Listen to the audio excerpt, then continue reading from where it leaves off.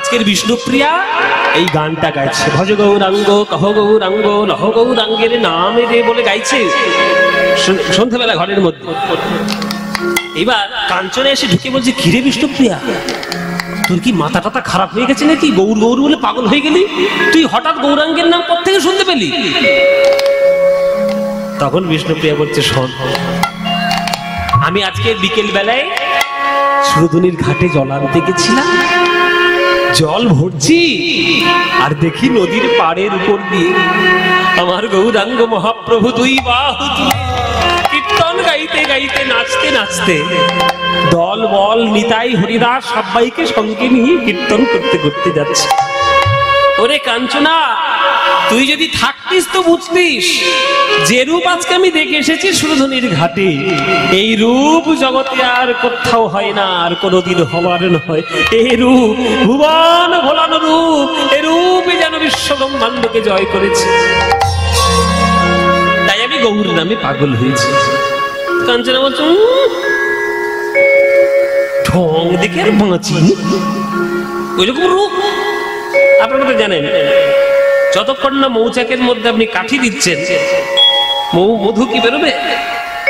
কাঞ্চনা জানে যতক্ষণ না বিষ্ণুপ্রিয়াকে খোঁচা আমি না দেব, কথার খোঁচা, ততক্ষণ বিষ্ণুপ্রিয়া ওই রূপের মধু আমাকে পান করাবে না। তাই কি হয়েছে, কি ঘরে ঢ্যাঁড়স ভাজা হয়েছে নাকি?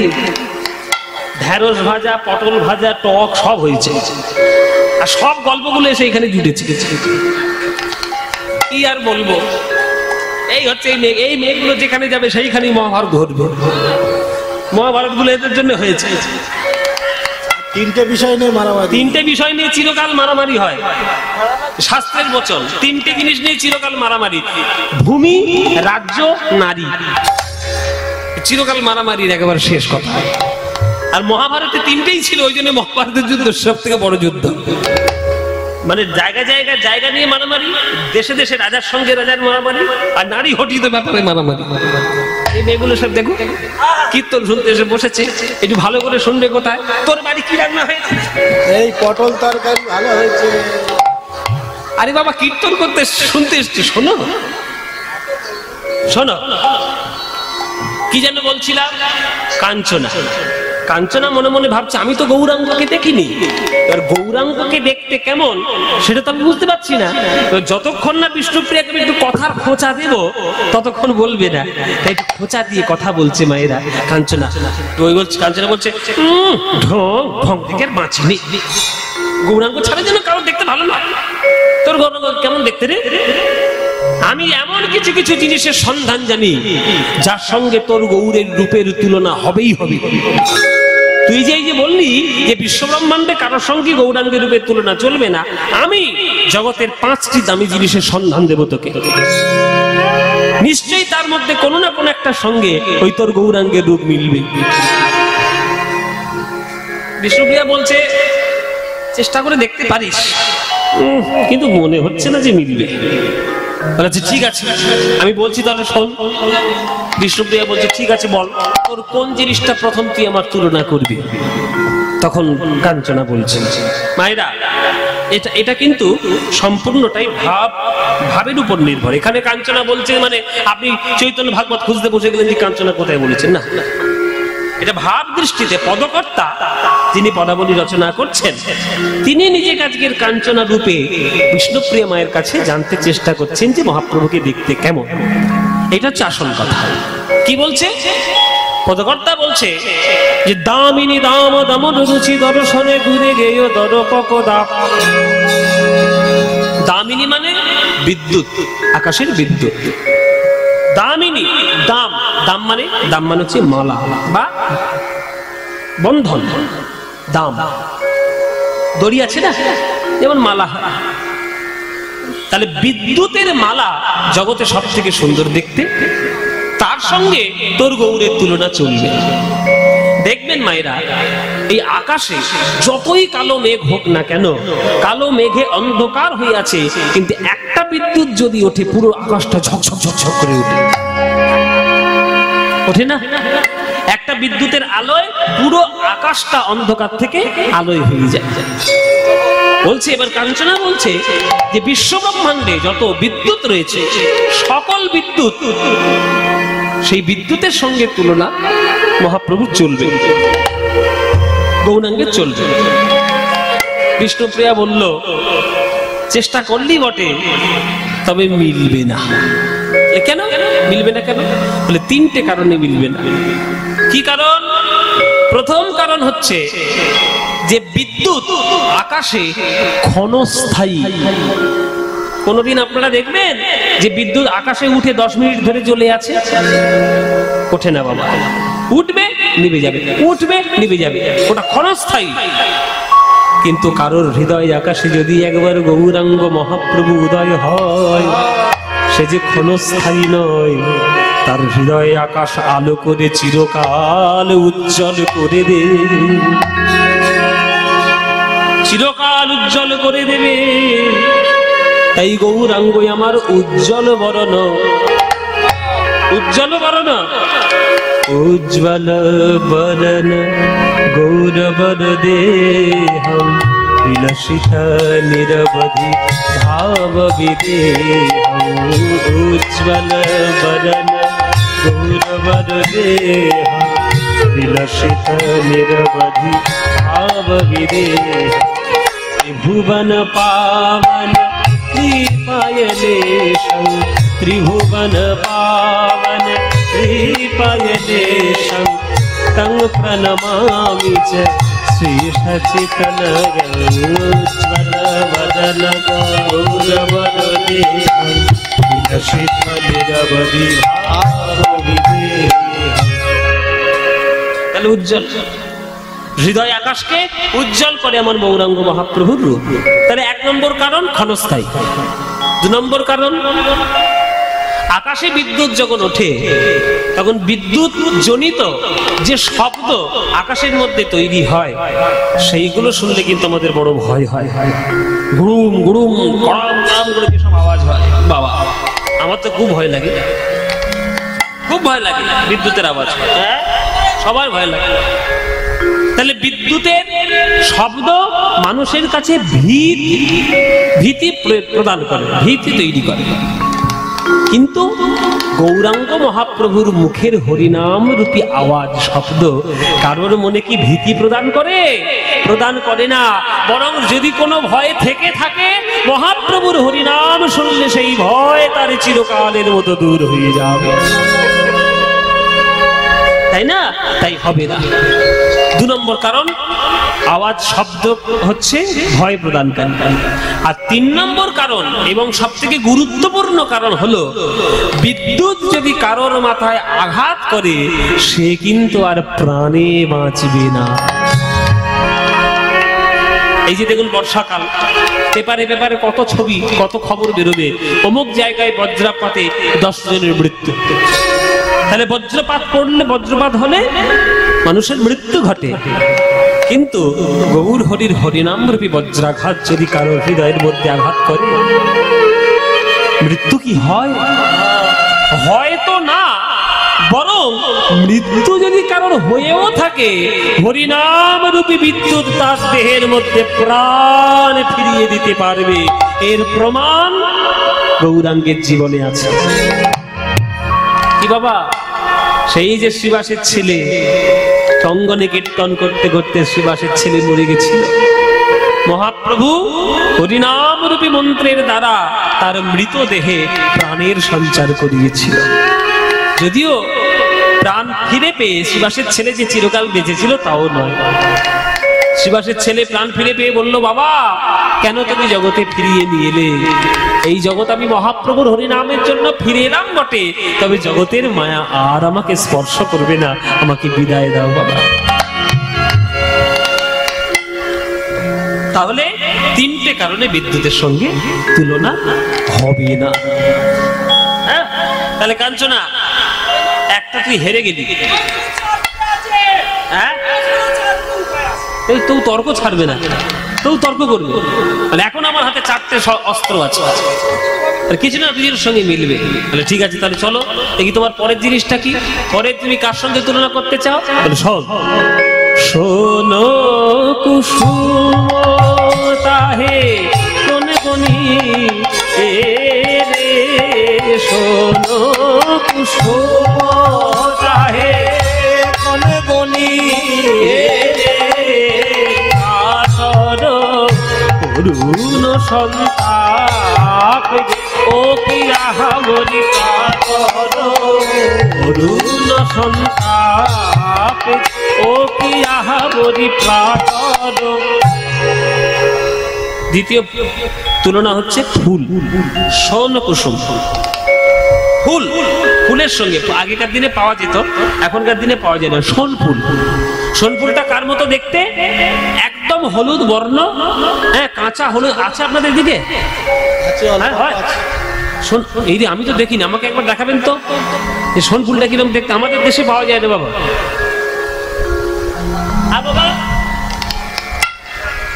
নিজে লাগিয়েছে বাহ, এই বাবার বাড়িতে তাহলে ঘুরতে যেতে হবে সোন ফুল দেখার জন্য। বেশ বেশ, আমাদের দেশে, আমি যে দেশে থাকি, মানে আমাদের দক্ষিণ চব্বিশ পরগনায় সোন ফুল দেখা যায় না, হয় না, হয়তো দেখতে হয়। এবার সোন ফুলটা একবারে হলুদ বর্ণ, একবারে কাঁচা যে গাঁদা ফুলের যে রং, ওই রকম টকটক করছে রং, ওই রকম রং। বলে ফুলের সঙ্গে তুলনা আমার গৌর হরির হবেই হবে। বিষ্ণুপ্রিয়া বললে সর্বনাশ, তুই কার সঙ্গে তুলনা করলি? ফুল। কেন ফুল ভালো না? না, ফুল ভালো জিনিস, কিন্তু ফুলের মধ্যে কিছু কিছু থাকে যেটা খারাপ জিনিস। ফুলের মধ্যে সব থেকে দুটো প্রধান দোষ, একটা হচ্ছে কাঁটা, একটা হচ্ছে পোকা। ও মায়েরা, আমাদের ভারতবর্ষের জাতীয় ফুল কি? কি ফুল? যেটা দেখবেন ওই নামটা আমার, কিন্তু জাতীয় ফুলের নাম নিয়ে ঘুরে ঘুরে বেড়াচ্ছি। হ্যাঁ, এই যে পদ্ম ফুল, এই পদ্ম ফুলটা জাতীয় ফুল হতে পারে, কিন্তু পদ্ম ফুল আপনি তুলতে যান কি হবে? ওই দিন আমাকে ছুরি থাকবেন না, কাঁটা ফুটিয়ে দেবো।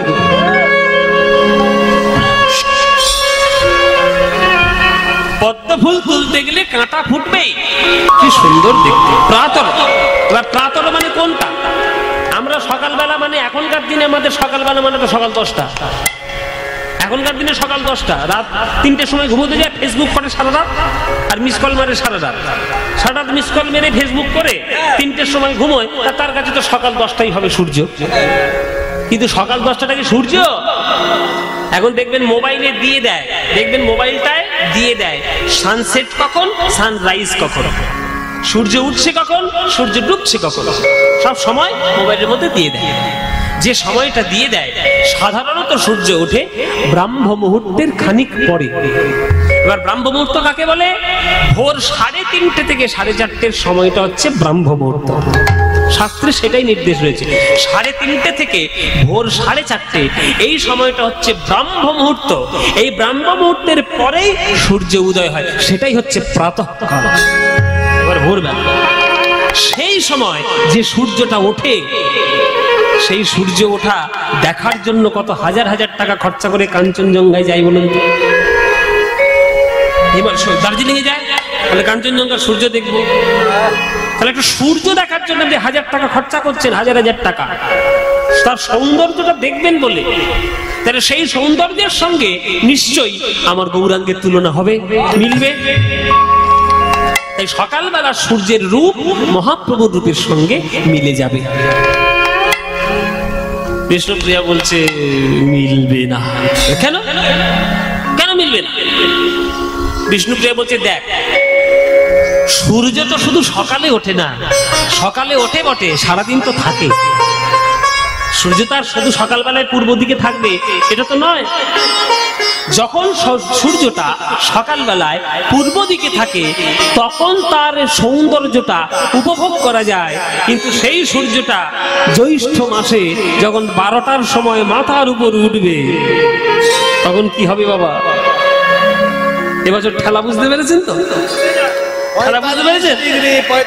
45 ডিগ্রি। আমাদের কলকাতায় 45 ডিগ্রি। ওটা 50 হতে বেশি দেরি নেই। তোমাদের যা অত্যাচার চলছে প্রকৃতির উপর, ও 50 হতে বেশি আর দেরি নেই।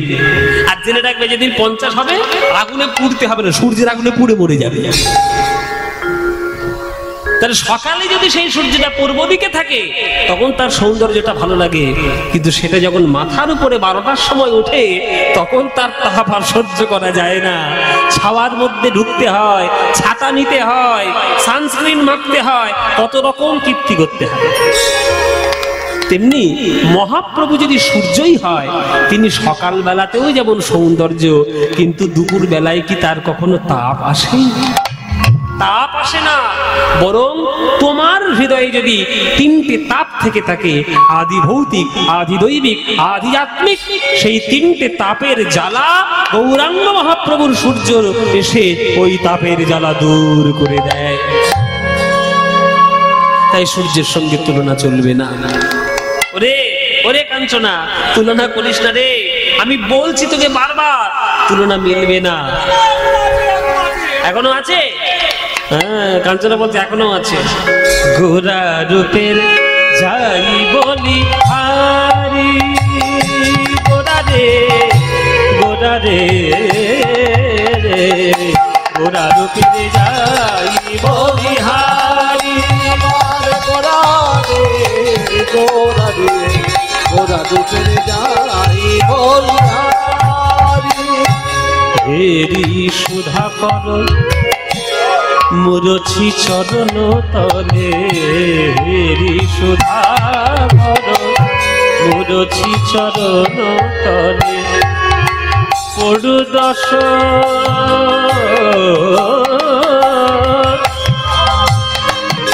পানি জামা রে সারি নি নি নি নি নি নি নি নি নি নি নি নি সারি সারি পানি সারি নি দবা দবা গরে,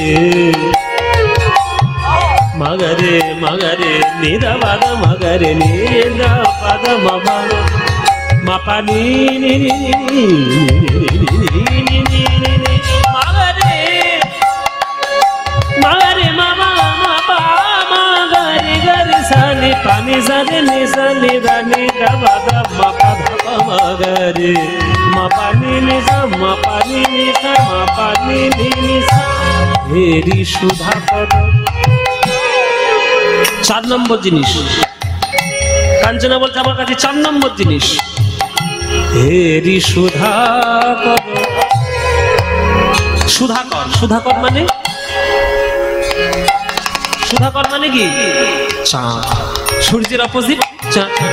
হেরি সুধাকর মুরছি চরণ তলে, হেরি সুধাকর মুরছি চরণ তলে, রে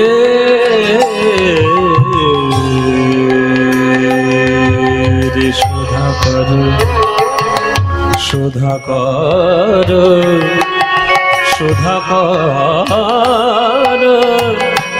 সুধাকর, সেদি সুধাকর মানরে সুধাকর, সুধাকর মুরছি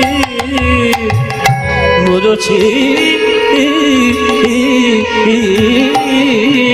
চরণ তলে, হেরি সুধাকর মুরছি চরণ তলে, পড়ু দশ পড়ু দশ পড়ু দশ পড়ু দশ পড়ু দশ নখর বরি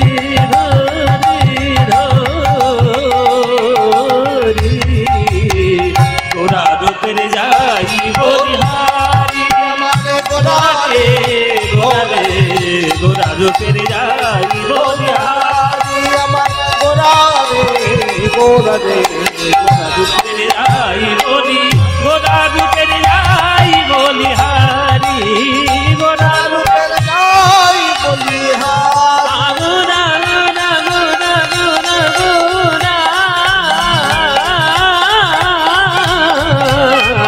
গোরা রূপে যাই বলিহারি, গোরা রে গোরা রূপে যাই বলিহারি, গোরা রে গোরা রে গোরা রূপে যাই বলি, গোরা রূপে যাই বলি, গোরা রূপে যাই বলি হারি।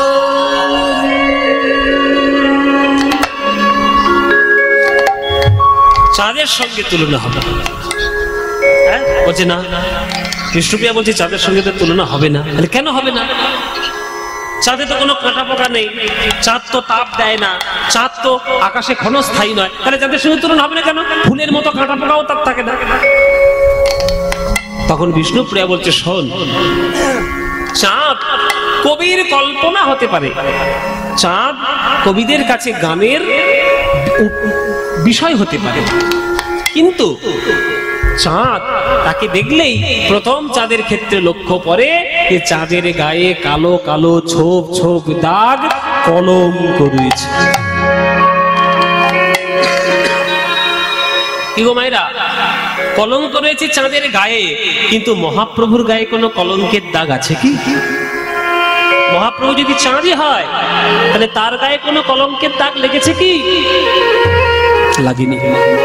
তাহলে প্রথম কারণ হচ্ছে চাঁদে কলঙ্ক আছে, গৌরাঙ্গ চাঁদে কলঙ্ক নাই। আর দ্বিতীয় তুলনা কি? দ্বিতীয় মিলবে না কেন না, চাঁদ যখন ওঠে তখন ঘরের বাইরে আলো দিতে পারে, কিন্তু গুহার ভিতরে ঘরের ভিতরে আলো দিতে পারবে না। কিন্তু গৌরাঙ্গ চাঁদ যদি কারোর হৃদয় আকাশে ওঠে, তার হৃদয় গুহার মধ্যে যত অন্ধকার রয়েছে, কলুষতা রয়েছে, সব দূর করে দিয়ে হৃদয় আলোকিত করে দেয়। তাহলে চাঁদের সঙ্গে তুলনা মিলবে না। বল কাঞ্চনা,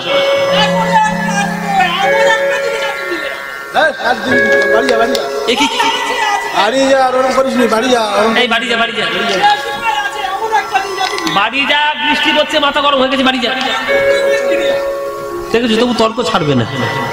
দেখবেন যারা তর্ক করে তারা এরকমই করে। হ্যাঁ, যারা তর্ক করে তারা এরকম করে,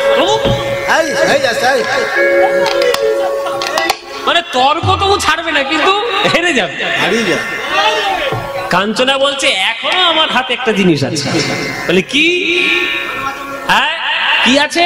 বলে শোন, এমন একটা জিনিস তাপ দেয় না। ও মায়েরা, তোমরা এটা ভালো করে শুনবে, কেননা এটাই তোমরা বেশি ভালোবাসো।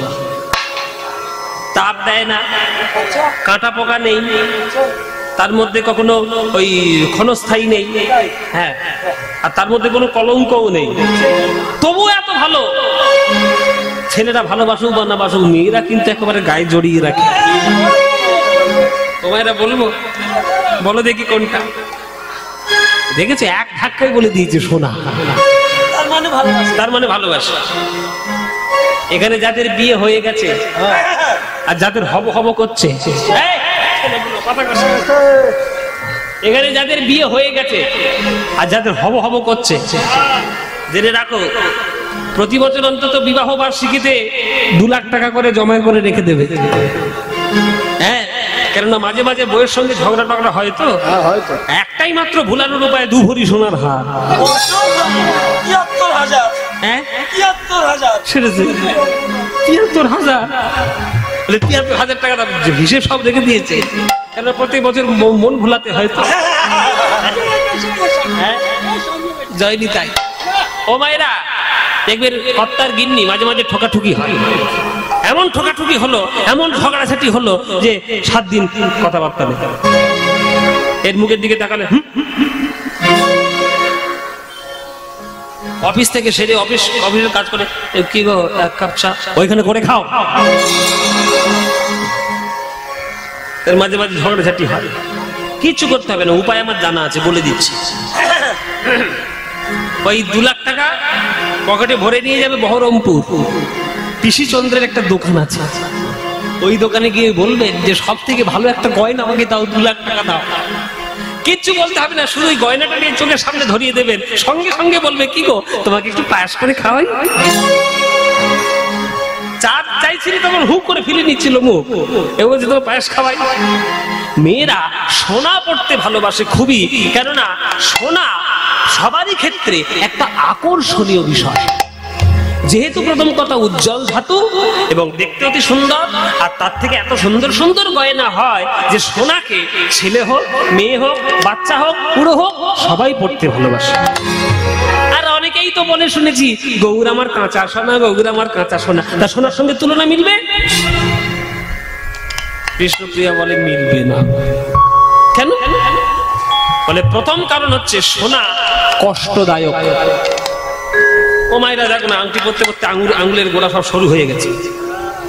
তাহলে আঙুলের গোড়া সরু হয়ে যাচ্ছে মানে কষ্ট দিচ্ছে। তোমরা যখন একটা ভারী দুল পড়তে যাও, তোমাদের কানটা ফুটো করতে হবে না?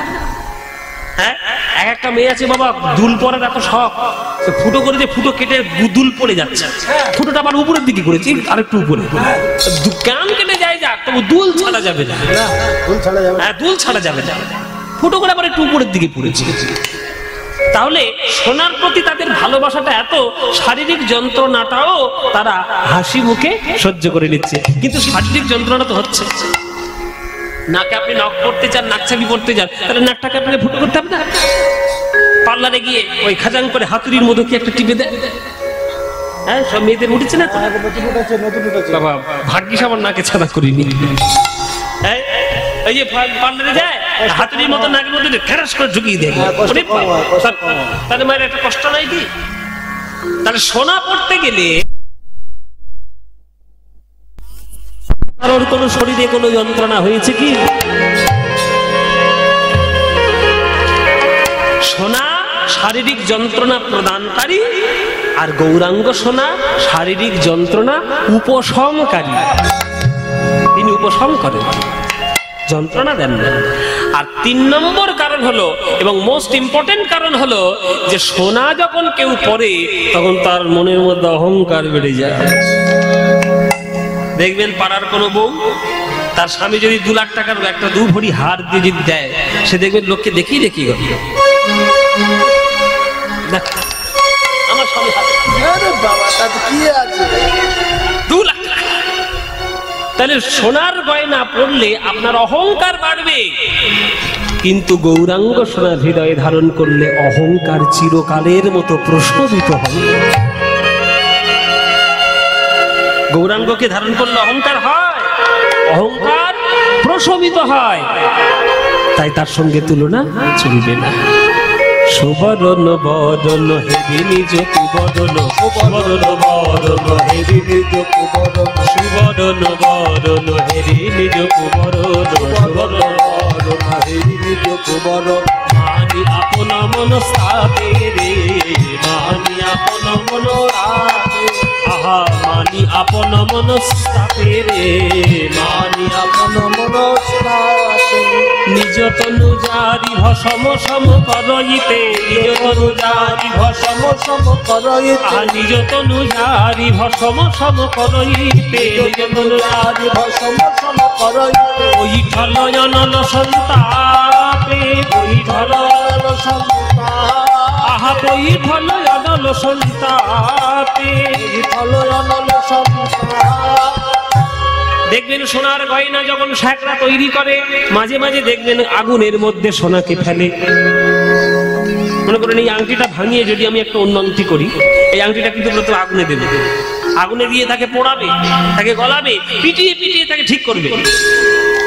এই যে সোনা আগুনের মধ্যে পড়ছে বা শ্যাকরা আগুনের মধ্যে সোনাকে দিচ্ছে, পদকর্তা বলছে না না, ওটা শ্যাকরা দিচ্ছে না, গৌরাঙ্গ সোনাকে দর্শন করে সোনা বলছে মনে মনে অভিমান করে যে এতদিন আমাকে লোকে হাতে গলায়, হ্যাঁ মাথায় তুলে রাখতো, কিন্তু গৌরাঙ্গ সোনাকে যে একবার দেখবে সে আমার ধারে কাছে আর কোনোদিন আসবে না, তাই আমার অভিমান হয়েছে।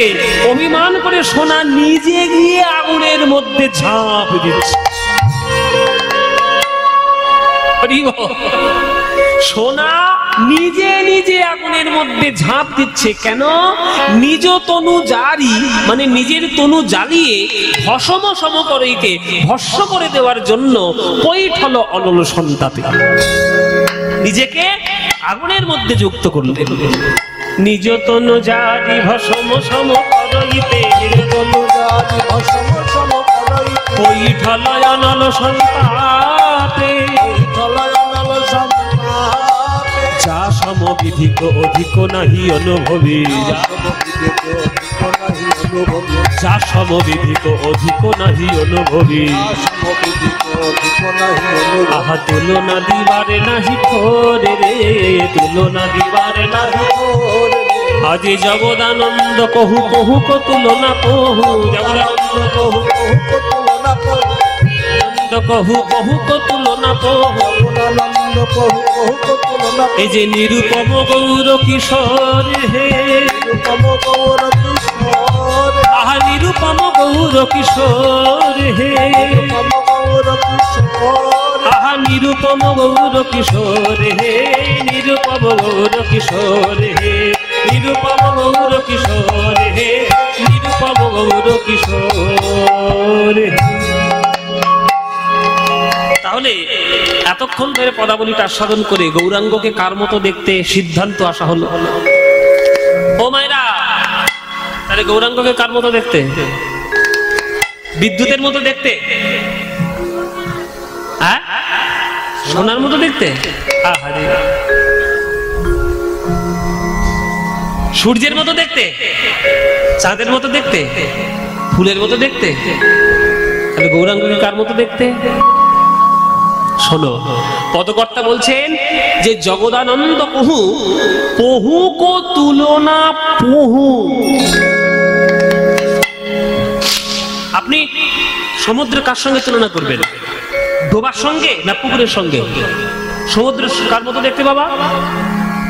সমুদ্র সমুদ্রের মতো দেখতে, চাঁদ চাঁদের মতো দেখতে। তেমনি গৌর কার মতো দেখতে? গৌর গৌরের মতোই দেখতে, তার সঙ্গে জগতে কারোর তুলনা চলবে না। তাই নিরুপম গৌর কিশোর, নিরুপম, উপমা তুলনা দেওয়া যাবে না, নিরুপম গৌর কিশোর।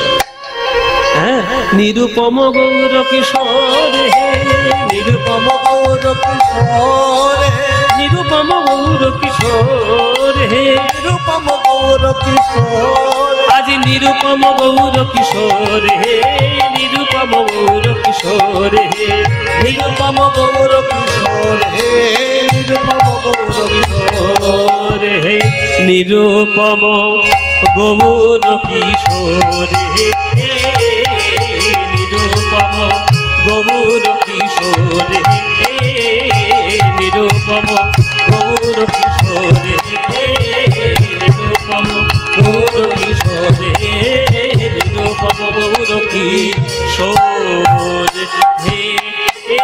হে, গৌর কিশোর। ব্যাস, গৌরচন্দ্রিকা সমাপ্ত হলো। যেমন এই গানটি আমরা শেষ করলাম। গৌরচন্দ্রিকা শেষে এইবার আমরা যাব কৃষ্ণের রূপ দেখার জন্য বৃন্দাবনে। তাহলে তখন আমরা গৌরাঙ্গ মহাপ্রভুর একটা ছবি দেখতে পেলাম, এইবার আমরা দেখব কৃষ্ণের ছবি বৃন্দাবনে গিয়ে। তাহলে চলুন সবাই মিলে একটু বৃন্দাবনে যাই। চলুন মায়েরা, বাবারা, আপনারা যারা যারা গান শুনছেন, কারা কারা বৃন্দাবন গিয়েছেন হাত তুলুন দেখি। বৃন্দাবন অনেক অনেকে বাবা এতগুলো গিয়েছে? বাহ, এদের অনেকে গেছি গো। বাহ, গৌরহাটির লোকের পয়সা আছে ভালো, বৃন্দাবন যাচ্ছে। বলে বাবা যে কটা হাত তুলেছে আমাদের গ্রামের না, সব বাইরের লোক। গ্রামেরও আচ্ছা, এই যে তোমরা বৃন্দাবন গেছো বা বৃন্দাবন যাবে, রাধারানীর কৃপা না হলে তো বৃন্দাবনে যাওয়া যায় না, তোমার পকেটে যতই পয়সা থাক। এটা একটা জেনে রাখবেন, এটা একটা কথা, যে তীর্থে আপনি বেড়াতে যাচ্ছেন সেই তীর্থে সেই দেবতার যদি কৃপা আপনার না হয়, আপনি সেই তীর্থে ঢুকতে পারবেন না, আপনি প্রবেশ করতে পারবেন না। যেমন দেখুন কি আশ্চর্য, আমার এই বছর ঘটনা ঘটেছে। আমি জগন্নাথকে দেখতে গেছিলাম, আমি যখন ক্লাস 7-এ পড়ি। জগন্নাথকে দেখতে গেছিলাম ক্লাস 7-এ পড়ে, তখন ছোটবেলা। এতদিন সময় হয়েছে, টাকা হয়েছে, সব হয়েছে, কিন্তু যাওয়া হয়নি। কোনো না কোনো কারণে জগন্নাথ চাননি যে আমি যাই পুরীতে।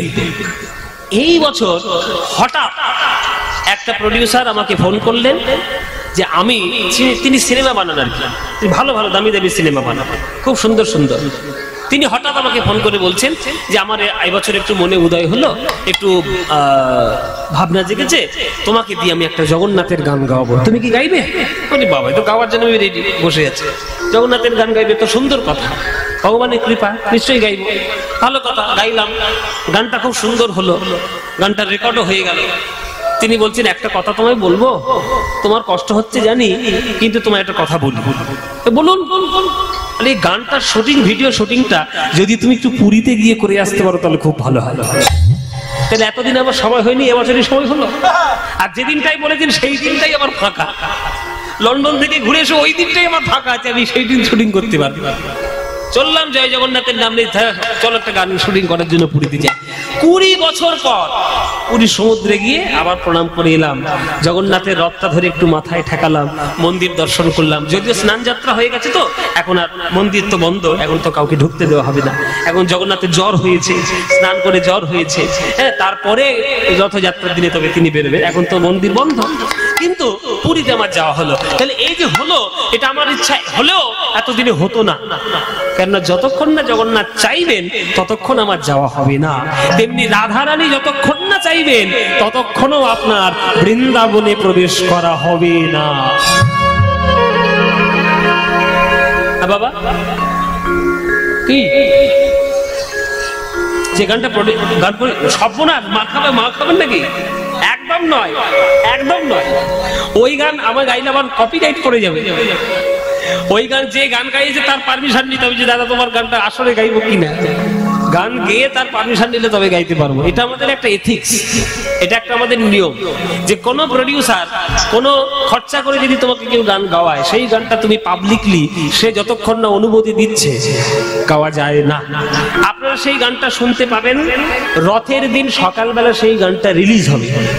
আপনারা আমার ফেসবুক পেজে যাবেন, ফেসবুকে চলে যাবেন, আমি সেই গানটা শেয়ার করব, সেই গানটা সবাই শুনতে পাবেন। খুব সুন্দর গান হয়েছে, ভীষণ সুন্দর।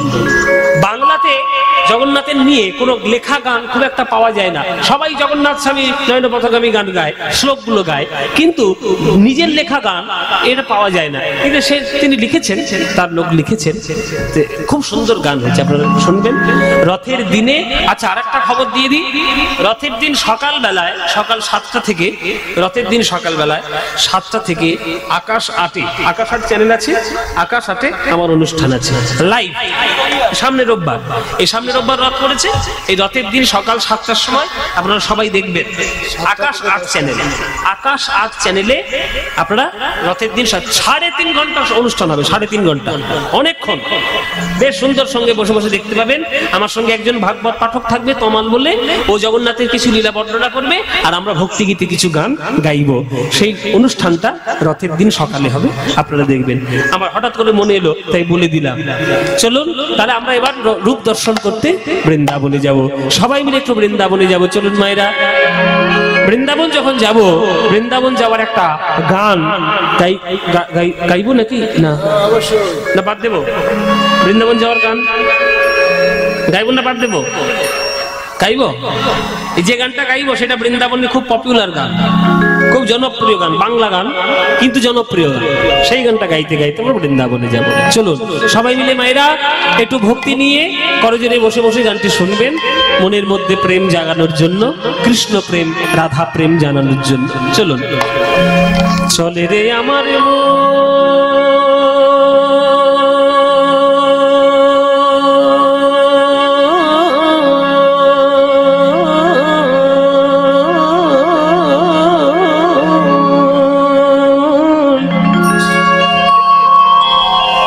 মধুর বৃন্দাবন,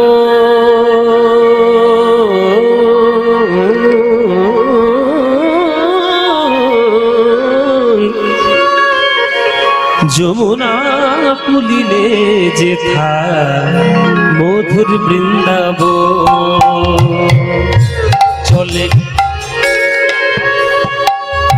চলে রে আমার মধুর বৃন্দাবন, যমুনা পুলিলে যেথা মধুর বৃন্দাবন। নিতাই গৌর প্রেমানন্দ হরি হরি। চলে রে আমার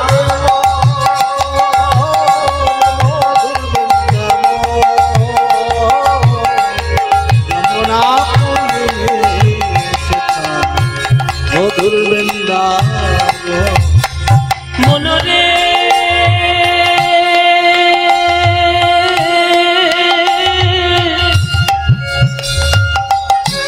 ওরে মনরে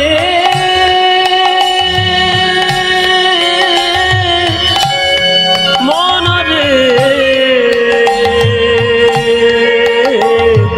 ওরে মধুর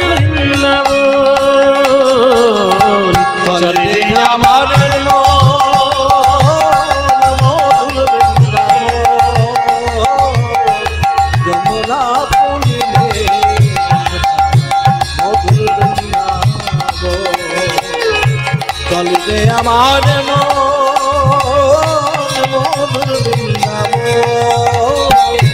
যমুনা পুলিনে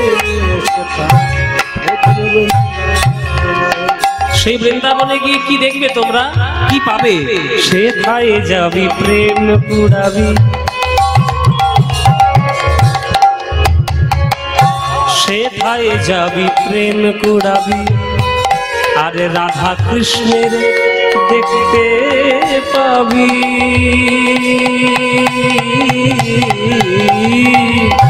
সেথায় যাবি প্রেম কুড়াবি, রাধা কৃষ্ণের দেখতে পাবি।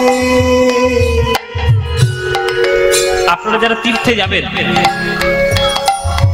এতদিন তীর্থ করেছেন, এবার পরবর্তীকালে যদি তীর্থে যেতে মনে হয় তাহলে অভক্তদের সঙ্গে করে জীবনে নেবেন না।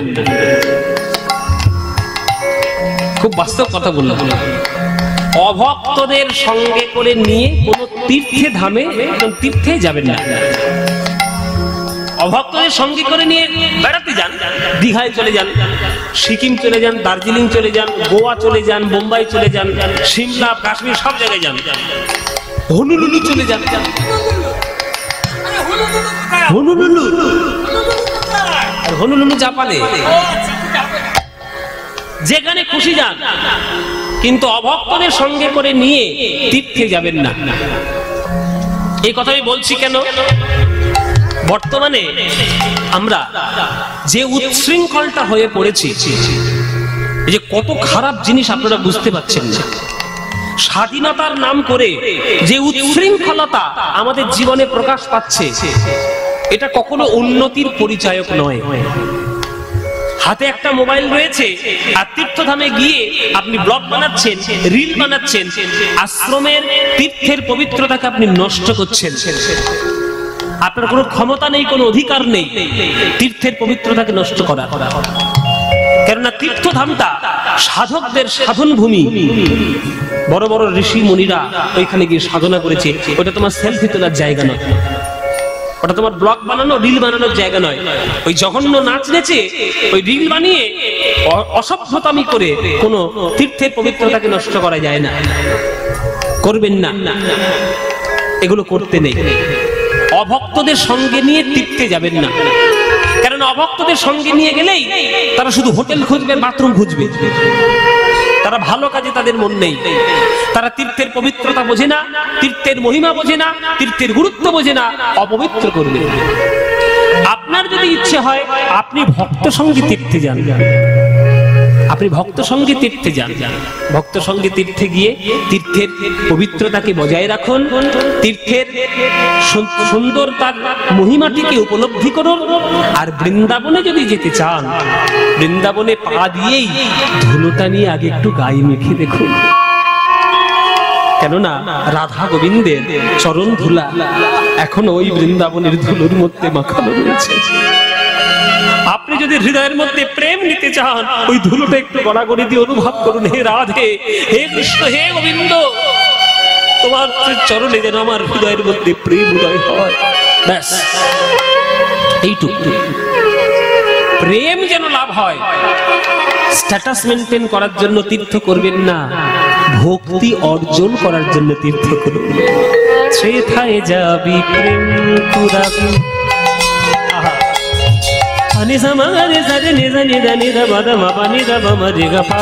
সেথায় যাবি প্রেম কুড়াবি,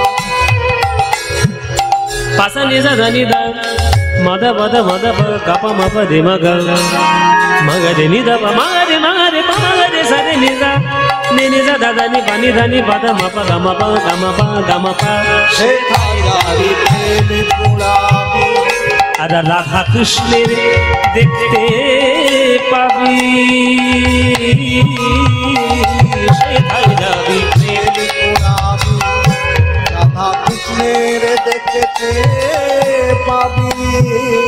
মায়েরা কদম তলায় ধ্বনি, কদম তলায় দাঁড়াইয়ে আছে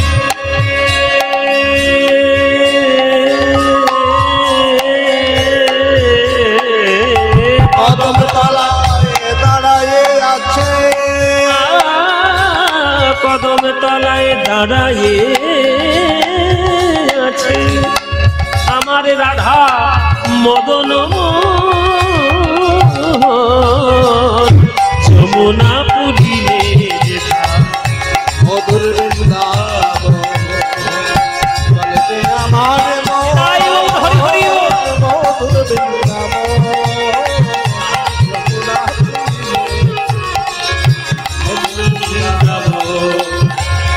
চলবে আমার মধুর বৃন্দাবন যমুনা পুরিলে যেথা মধুর বৃন্দাবন মনরে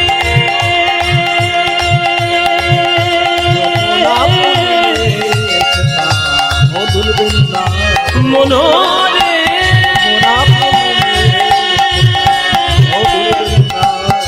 ওরে মনরে বৃন্দাবন বৃন্দাবন বৃন্দাবন বৃন্দাবন বৃন্দাবন বৃন্দাবন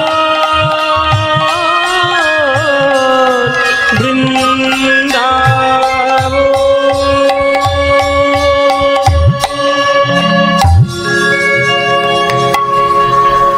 সবাই বলুন বৃন্দাবন ধাম কি বৃন্দাবন ধাম কি শ্রীমতী রাধা রানী কি শ্রীমতী রাধা রানী কি श्रीमती राधा रानी की। बोलो प्रेम से राधे राधे, बोलो राधे राधे, बोलो राधे राधे। আমরা বৃন্দাবনে এলাম কৃষ্ণের রূপ দেখার জন্য।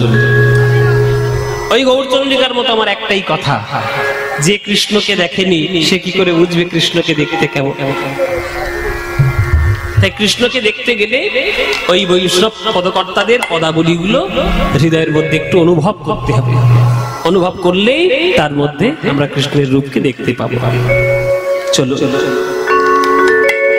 আজ আমার রাধা রানী, আমার রাধা রানী যমুনার তীরে গিয়ে কলসি নিয়ে যমুনার ঘাটে জল আনতে গিয়েছি। চারিদিকে তাকিয়ে দেখে কেউ আমায় দেখছে কিনা। রাধারানী চারিদিকে তাকিয়ে দেখছে, কেউ আমাকে দেখছে না তো। এখন পুরুষ শাসিত সমাজে নারীদের অধিকার অর্জন একটু কষ্টকর। এখন তবু অনেকটা স্বাধীনতা তারা পেয়েছে। এখন মেয়েরা যেমন এরোপ্লেন চালায়, মেয়েরা যেমন নাসাতেও কাজ করে, মেয়েরা যেমন মহাকাশে তারাও যাচ্ছে। অধিকার যোগ্যতা তো সবারই আছে।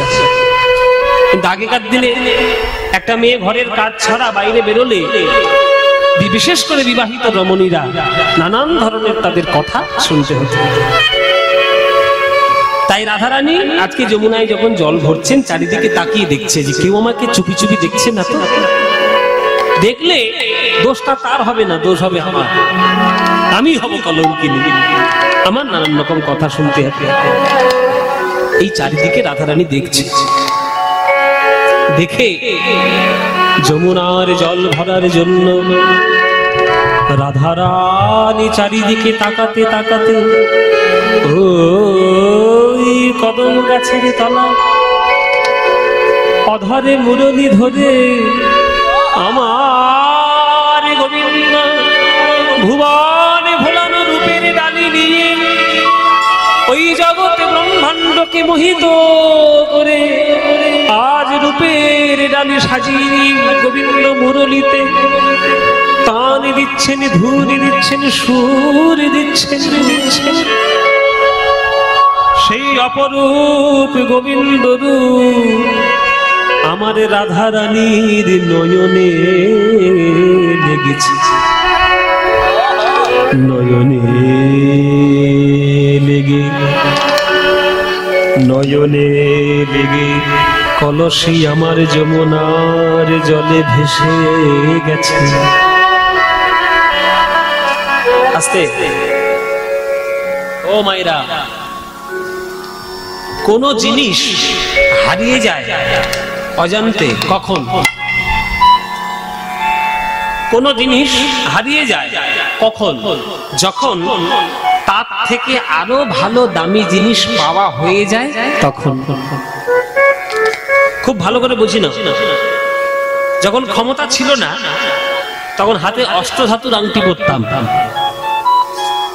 যখন রূপোর আংটি কেনার ক্ষমতা হলো তখন অষ্টধাতুর আংটি চলে গেল, রূপোর আংটি এলো। এখন আর হাতে রূপোর আংটি নেই, এখন সোনার আংটি এসছে।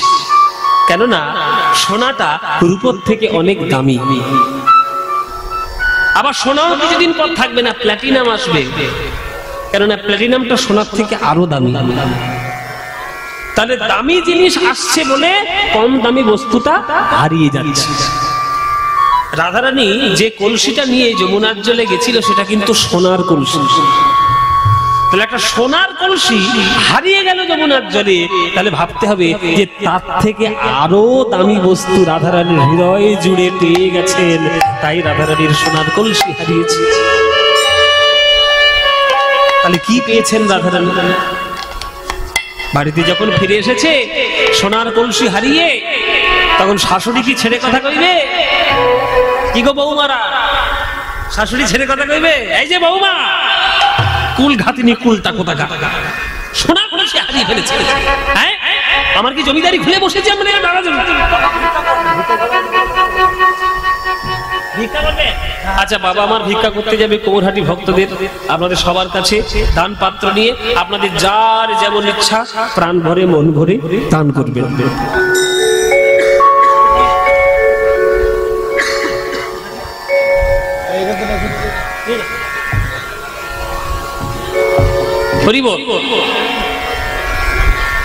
তো দামি জিনিস হারিয়ে গিয়েছে, তাই জন্য শাশুড়ি কথা শোনাচ্ছে। এই যে বৌমা, আমরা কি জমিদারি খুলে বসেছি এখানে? রাজার ছেলে মেয়েরা সোনার কলসি হারিয়ে গিয়েছে, অপয়া পতাকা, নানান ধরনের গালিগালাজ শাশুড়ি জটিলা শুরু করেছে।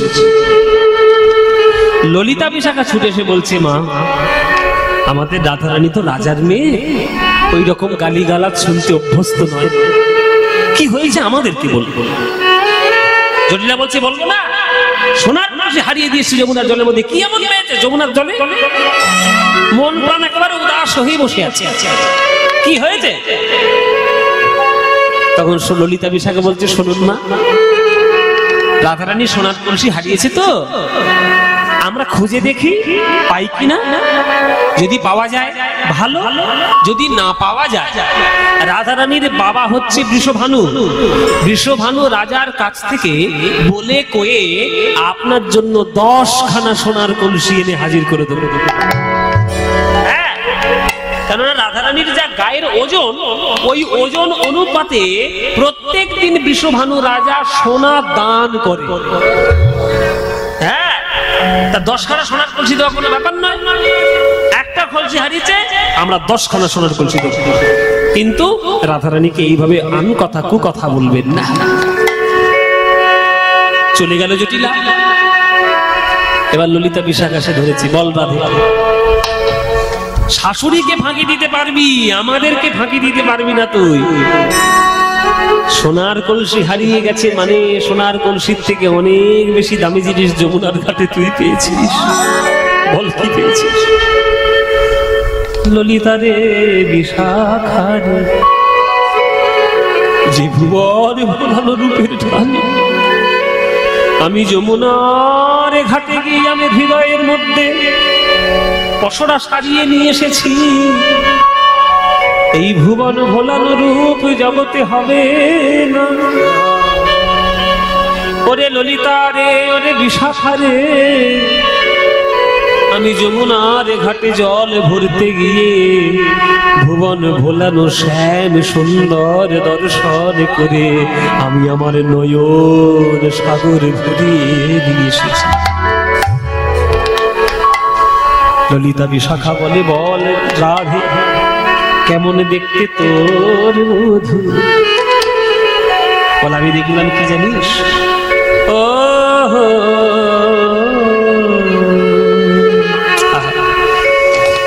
এখানে একটা পদাবলী আমার খুব প্রিয়, আমি এই জন্য আপনাদের আগেই বলেছি যে আপনাদের মুর্শিদাবাদ জেলার কীর্তন শ্রোতা খুব ভালো। আর এই মুর্শিদাবাদ জেলায় বড় বড় কীর্তনিয়া তখনকার দিনে ছিলেন, এখনো হয়তো হাতে গোনা কয়েকজন রয়েছে, কিন্তু বর্তমান কীর্তন জগৎ আগেকার থেকে একটু আলাদা হয়ে গেছে। সবকিছুর পরিবর্তন হয়েছে, তাদেরও পরিবর্তন হয়েছে, কিন্তু যেটা বাংলার কীর্তনের গোড়া সেটা হচ্ছে বাংলার কীর্তনের পদাবলী। আর সেই পদাবলীর রসধারা এই মুর্শিদাবাদ জেলায় প্রবলভাবে ছিল।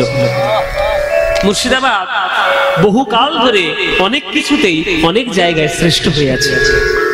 কীর্তনের দিক দিয়ে যেমন মুর্শিদাবাদ একটা শ্রেষ্ঠ জায়গা নিয়ে আছে, তেমন এখন আধুনিক গানের জন্য একজন মুর্শিদাবাদ থেকেই শ্রেষ্ঠ হয়ে আছে।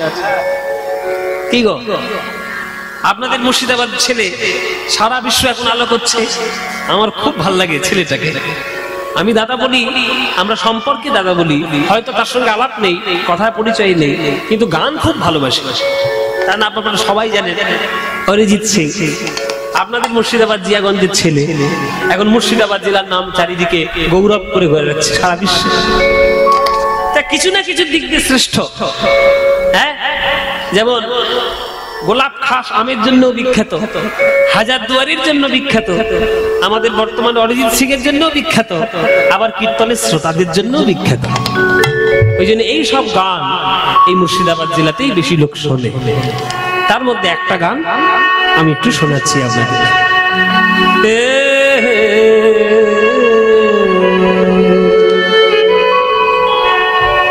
গানটি হচ্ছে গৌরী তিয়ট, তিয়ট তালের একটা বড় তালের গান, রূপের একটা গান, কিন্তু এই গানটা সবাই রূপের মধ্যে গায় না, খুব কম লোক গায়।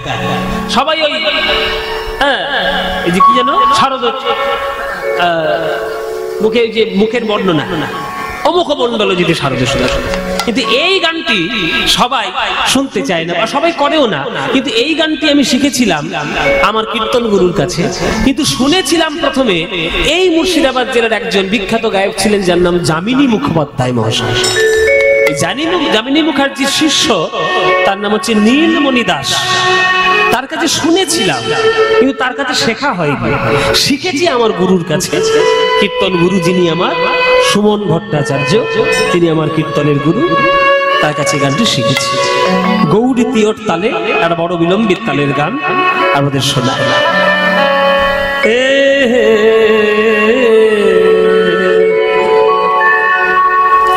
ও গো আরে কিবা চিকা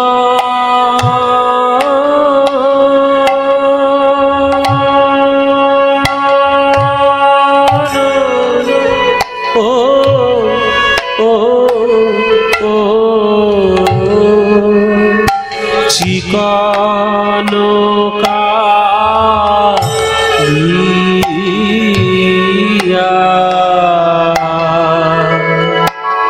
কালিয়ার চিকন কালিয়ার মরবে লাগি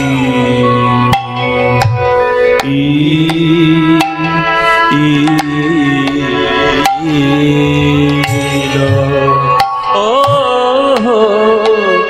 আরে কি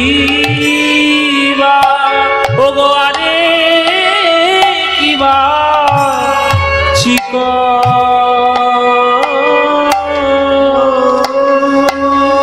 সখীরে তারা বুঝি ভালো করে, তারা বুঝি ভালো করে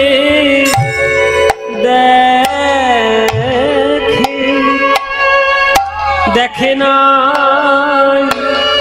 দেখে না, দেখে না গো, ও গো আরে কিবা চিক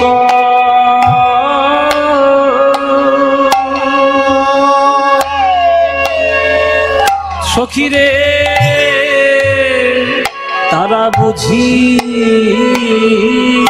ভালো করে, তারা বুঝি ভালো করে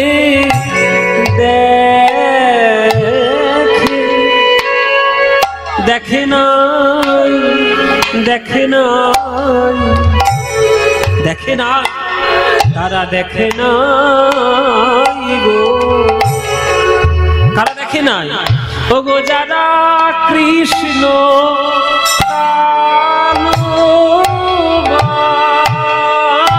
কানবানে, গোবিন্দের আলো,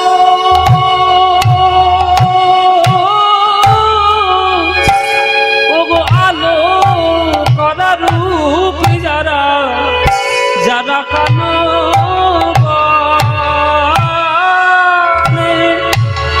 গোবিন্দের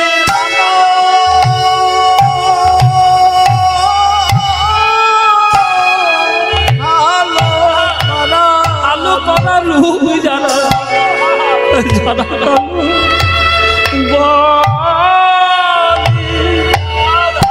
গোবিন্দের আলো,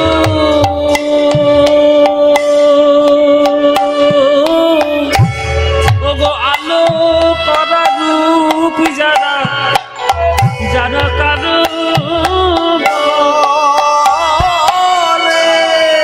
গোবিন্দের আলো,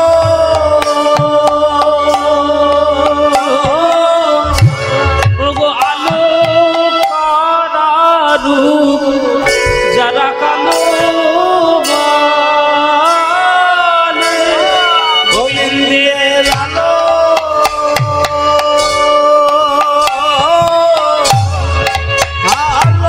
বিরাট বড় গান এটা। দেখুন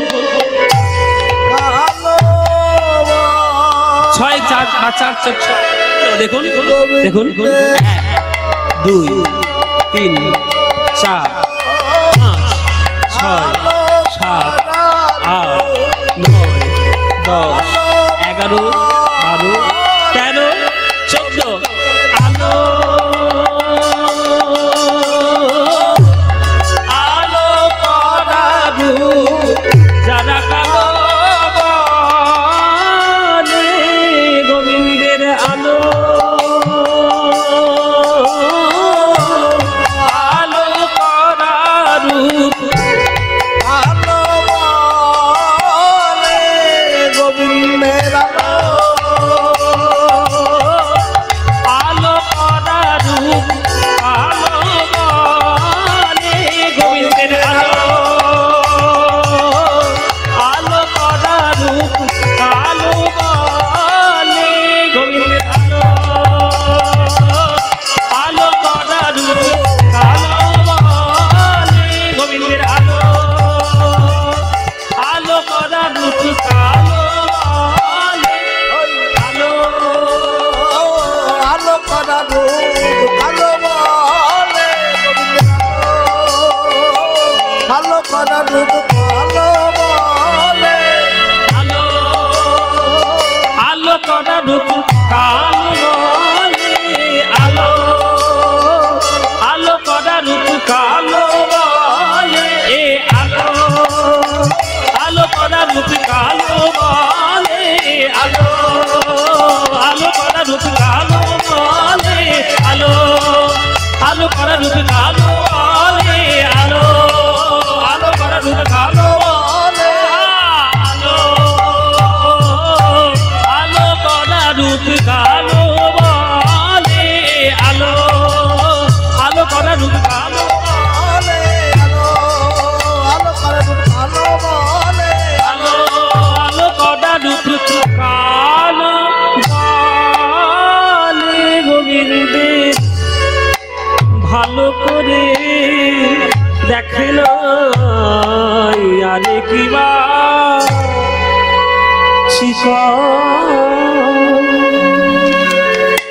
কত উঁচু স্বরের গান দেখেছেন? কত উঁচু স্বরের গান,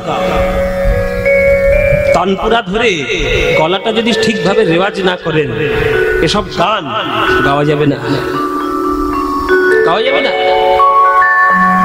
এগুলো হচ্ছে গলা সাধার গান, কীর্তন অনেকের বলতে শুনেছি কীর্তন নাকি লোকসঙ্গীত, তারা জানে না কীর্তন সঙ্গীতকে। কোন লোকসঙ্গীতের মধ্যে বিলম্বিত তালের ব্যবহার হয় না। যারা গান বাজনা শিখেছেন, পড়াশোনা করেছেন, তারা জানবেন লোকসঙ্গীতের মধ্যে বিলম্বিত তালের প্রয়োগ হয় না, কেবলমাত্র শাস্ত্রীয় সঙ্গীতের মধ্যে বিলম্বিত তাল হয়। সেটা দক্ষিণ ভারতের শাস্ত্রীয় সঙ্গীত, উত্তর ভারতীয় শাস্ত্রীয় সঙ্গীত আর আমাদের বাংলার কীর্তনের মধ্যে একমাত্র আছে। ওই জন্য বাংলার কীর্তন হচ্ছে শাস্ত্রীয় সঙ্গীত। লয়, তাল, সুর, ছন্দ, গতি সব কীর্তন শাস্ত্রের মধ্যে রয়েছে। গান তো হলো, পদের ব্যাখ্যা, পদের লাইন কি, পদের কথা কি? চিকন কালিয়া রূপ মরমে লাগিল, ধরনে না যায় মোর হিয়া। ও মায়েরা, এই তাল তালিম সম্বন্ধে তোমরা হয়তো একটু কম অবগত থাকবে, তোমাদের হয়তো খুব ভালো লাগে না, কিন্তু মানেটা শুনতে হবে।